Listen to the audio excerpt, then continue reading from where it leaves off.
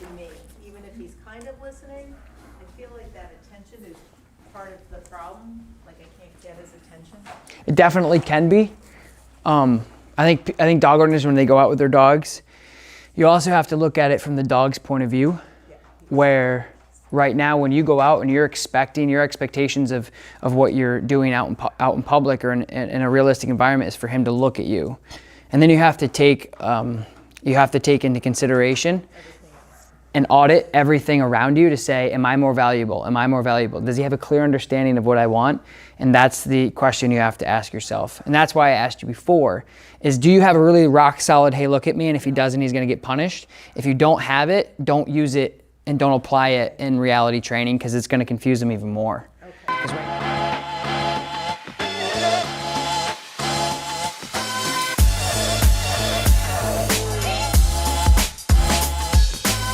Because right now he's blurring you out because he's like, hey, there's a dog. And you're like, hey, remember this kind of? Don't give them that, because it'll just disrupt that more. So, All right. Does that make sense? It does. Okay. It's partially a habit because I had a dog that I could do it. Yeah. So I just, as soon as I see the same behavior, I say. 100%. And It's muscle memory. There's no problem with that. It's just you have to. I have to break it Yep. myself until That's all. he's. That's all. Yeah, that's all. Because then you're gonna get frustrated. Yeah. You know, like Or what I. frustrated. Yep. What I do with one, like if I worked a dog here, and then I went out and worked another dog in our facility, you know, in a different kennel, I can't assume that they're on the same page. Right. And I can't treat them that they are, because they're not. And that's the same thing that like us as trainers have to deal with every day, is we have to clean, like every 20 minutes, clean slate. Forget what we learned. It's all about what we have in front of us right now. So that's the same thing we have to do too, is acknowledge and audit. Okay, this dog doesn't know what this other dog did, or vice versa. And you have to just, that's how you have to deal with it.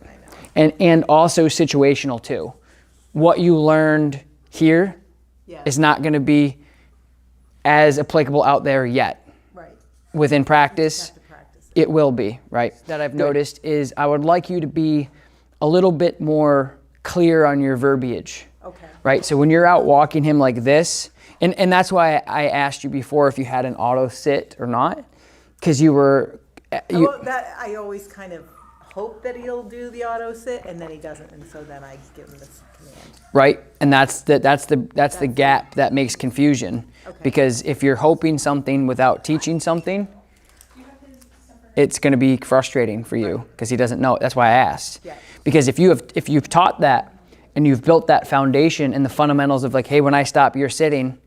That's great. But if you haven't taught him that, but that's kind of what you wish and you want. Well, we've tried, and we've gotten minimal success. Okay. He, in some of the classes, he was able to do it, Right. but it didn't carry over Yep. to long term. And I think just having the expectation and the significant difference again between execution of this is what I want you to do right now because you know it, versus practice. I think you're still in like a really good practice mode. Yeah. Okay.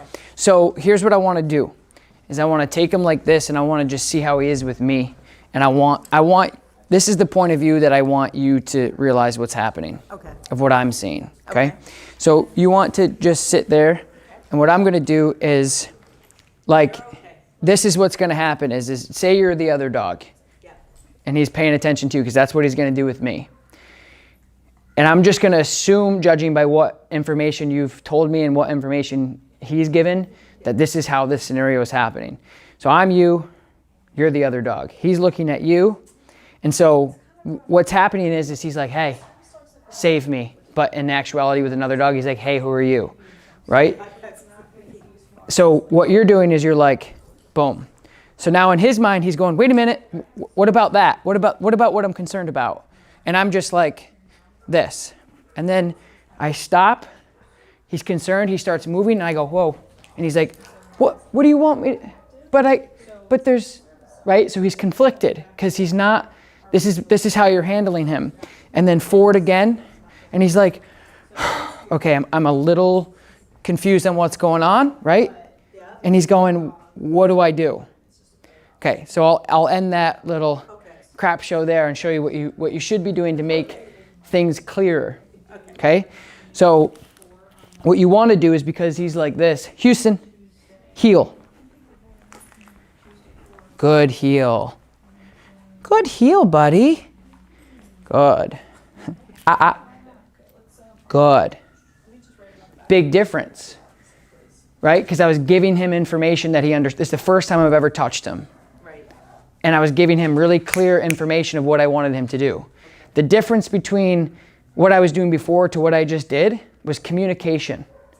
Do you understand? Yep. So that's what you're doing is he's like this on something and you're not giving him clear enough communication of exactly what you want him to do. And that's confusing him. Does that make sense? So I'm going to do that one more time. Like when he's locked on you, like you're the other dog, Houston, heel, boom, that's what we're doing. Good. I turn, he's still in a heel position, good heel. He's going, oh, this is good. Give him a little verbal stop. He goes, now what? Do you know what I'm saying? No, I see it. That's what you're lacking is that relationship. And that communication is a big factor in your success with anything else around him because you're not being fair. But you're not being fair because you're not wanting to be fair. You're being fair because you just don't know how to be fair. So don't take that the wrong way. Okay. So again, clarity. And I can even do this with my body language, the same thing. Now there's multiple different ways you can communicate. Good. And then I stop. He goes, oh, what are we doing? Right? I take my body and I go like this. He goes, all right, we're going this way. Good. I turn this way. Now here's the test. Is if I cut this way, turns with me, I stop, just like that. And he's right on me. Yeah. Okay? Okay, break. Good job, buddy. Yep. So that's what I want you to work on.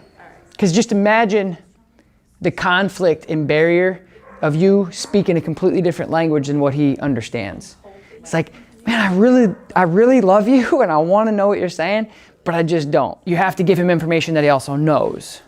So there's so think about it like you have all these things all these tools that you want to use. You got the heel, the screwdriver, the sit, the hammer, all that stuff is your tools. Right.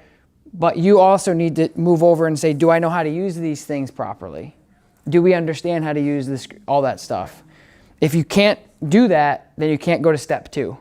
You have to go here and go, oh, what's this? Boom, boom, heel. Okay, this is what heel is. This is what sit is. And then you say, like a ballerina learning the dance in compartments. Then you go to the next step. Say, okay, let's bridge these together. Now I know how to use the heel. I know how to use the sit. How am I going to use those together? You're going to go heel, sit, good. Okay? So my point is making sure that you're practicing stuff he knows. Okay. So heel sit. Right.